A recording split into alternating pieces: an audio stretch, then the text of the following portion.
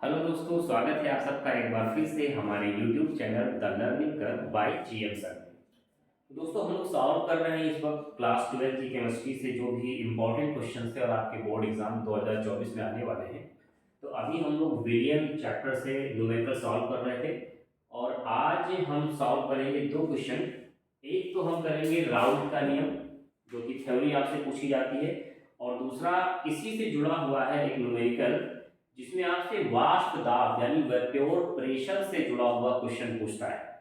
ठीक है, तो पहले दोस्तों हम डिस्कस कर लेते हैं राउल्ट का नियम क्या है। राउल्ट जो थे वह वैज्ञानिक है और उन्होंने एक नियम दिया है विलियन को लेकर के।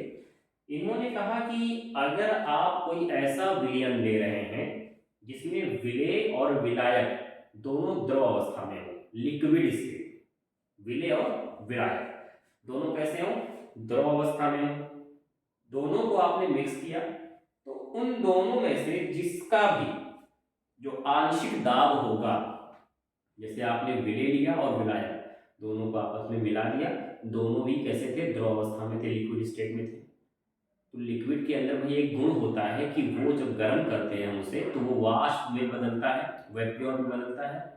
तो उस दोनों घटक में से चाहे विलेय हो चाहे विलायक, उनका जो आंशिक दाब होगा, जो पार्शियल प्रेशर होगा, वो उस विलयन में मौजूद उनके मोल प्रभाज के समानुपाती होगा। बात समझ आ रही है? विलेय या विलायक का जो आंशिक दाब लग रहा होगा उस विलयन में, वो किसके बराबर होगा, किसके समानुपाती होगा, उनके मोल प्रभाज के। यही बात मैंने यहां लिखी हुई है कि किसी निश्चित ताप पर, टेम्परेचर आपको निश्चित रखना है, द्रव द्रव विलयन में उपस्थित किसी घटक का आंशिक वाष्प दाब उस घटक के मोल प्रभाज के समानुपाती। घटक का मतलब कंपोनेंट, विलेय या विलायक, सॉल्यूट या सॉल्वेंट, उस सॉल्यूशन के क्या होते हैं, कंपोनेंट होते हैं। तो उनका जो आंशिक वाष्प दाब लगेगा, आंशिक को हम किससे दिखाएंगे, पीएस से दिखा सकते हैं। ठीक है, एस का मतलब क्या हो गया भाई, विलियन में जो लग रहा है उनका, पी से क्या है, प्रेशर, आंशिक दाब लग रहा है, वो क्या है, वो समानुपाती है किसके, मोल प्रभाज, मोल फ्रैक्शन के, जिसको हम लोग किससे नोट करते हैं, एक्स से। ठीक है, एक्स के आगे यहाँ मैं एस लिख दे रहा हूँ क्योंकि एस भाई कुछ भी हो सकता है, उसका सॉल्यूट हो सकता है, सॉल्वेंट कुछ भी हो सकता है वहां पे। ठीक है, तो उसको बेसिकली हम लोग ए और बी से भी दिखाते हैं, एक्स ए या एक्स बी। एक्स क्या है, मोल अंश। तो हम जानते हैं कि अगर ये निशान यहां से हम हटाएंगे डायरेक्टली प्रोपोर्शनल का, तो बराबर का निशान लगेगा और एक कांस्टेंट, एक स्थिरांक आएगा। तो वो स्थिरांक क्या होगा, पी नॉट इंटू, इंटू ये हो जाएगा मोल फ्रैक्शन। तो पी नॉट क्या है, पी नॉट का मतलब उस विलेय या विलायक का शुद्ध रूप में जो दाब होता है, शुद्ध रूप में, प्योर फॉर्म में, यानी जब वो किसी के साथ मिक्स ना हुआ हो, उस वक्त जो उस घटक का, जो उस कंपोनेंट का दाब होगा वो क्या होगा, पी नॉट। और मिलाने पर जो आंशिक वाष्प दाब होगा वो क्या होगा, पी एस। एक्स क्या है, एक्स आप जान रहे हैं, मोल फ्रैक्शन।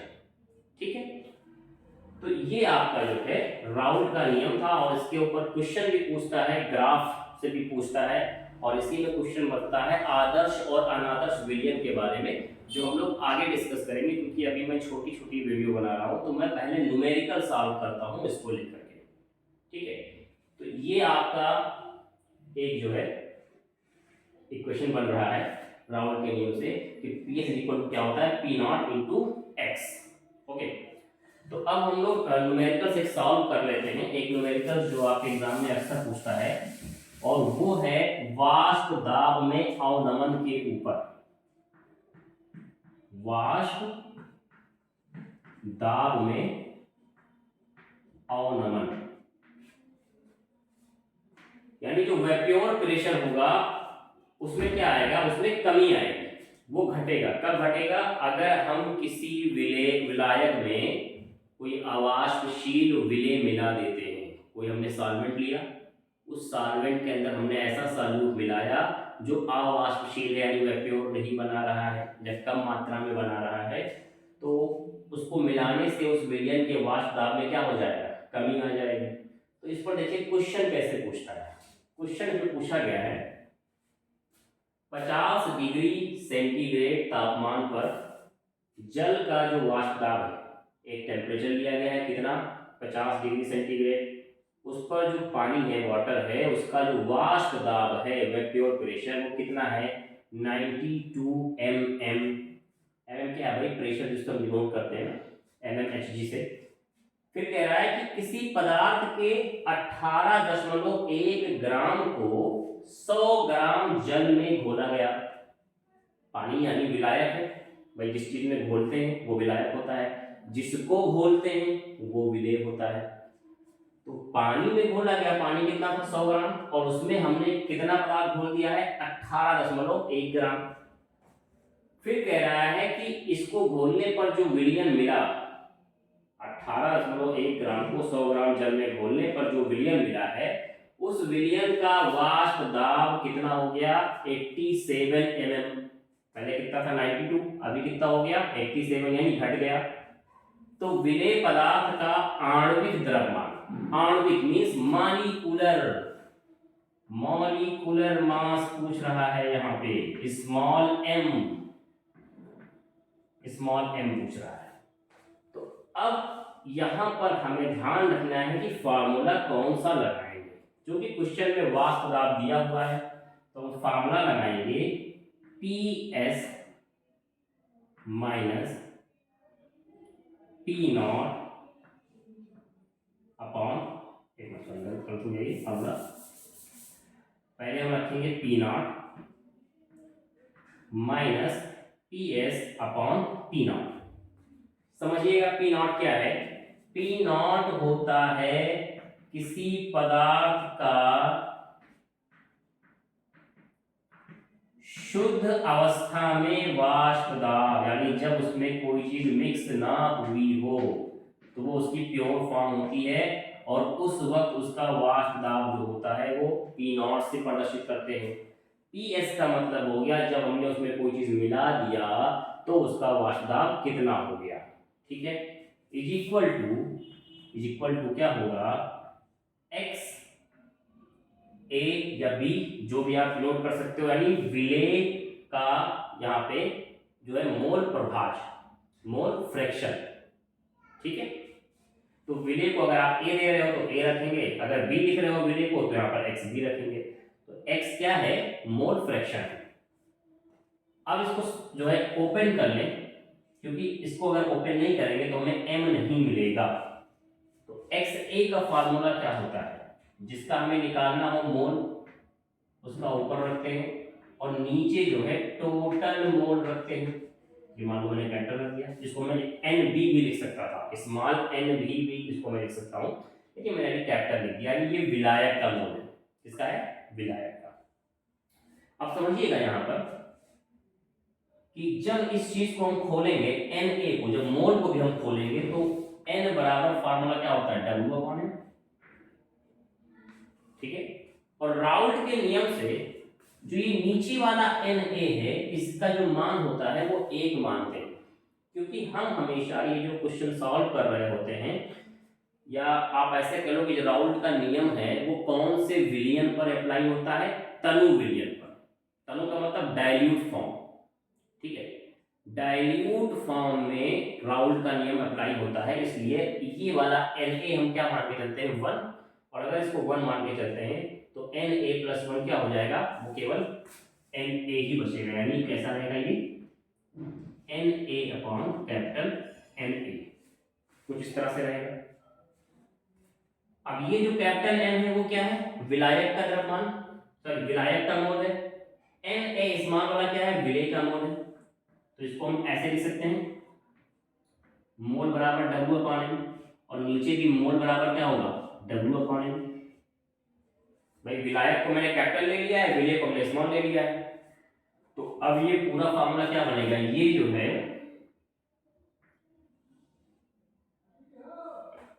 इससे गुणा होगा और ये जो है वो इससे गुणा होगा, तो कैसा हो जाएगा ये W upon small m into m upon capital, ये बन जाएगा।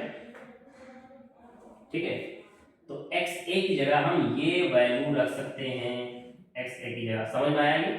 स्मॉल n का मतलब विलेय का मोल, कैपिटल N का मतलब विलायक का मोल। तो जो पूरा फार्मूला बन रहा है वो आपका अब ये बन गया।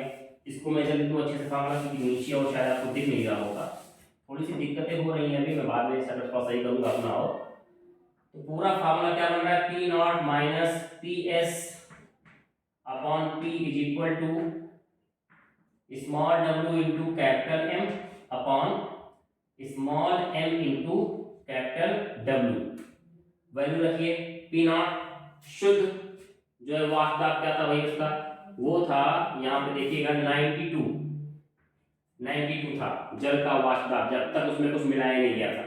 तो पी नॉट की जगह 92 माइनस पी एस कितना हो गया, मिलाने पर घट गया है, अवनमन हो गया वाष्प दाब में, तो कितना हो गया 87 upon 92 is equal to small w दिया गया है, विलेय का कितना द्रव्यमान है ये, तो 18.1 गुणे कैपिटल M क्या है, कैपिटल M का मतलब हो गया जो विलायक है उसका अनुभाग। तो विलायक कौन है, पानी। कितना अनुभाग होता है पानी का भाई, जानते हैं 18 होता है पानी का अनुभाग। भाई जल में जो है H2O होता है, तो 2 हाइड्रोजन और ऑक्सीजन का 16, तो 18 हो गया अनुभाग।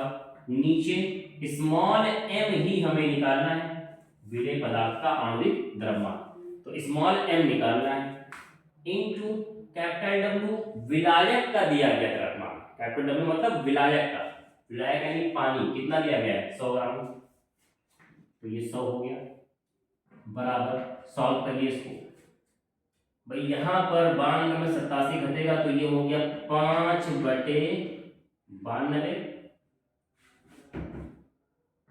Is equal to 18.1 into 18 upon m into 100।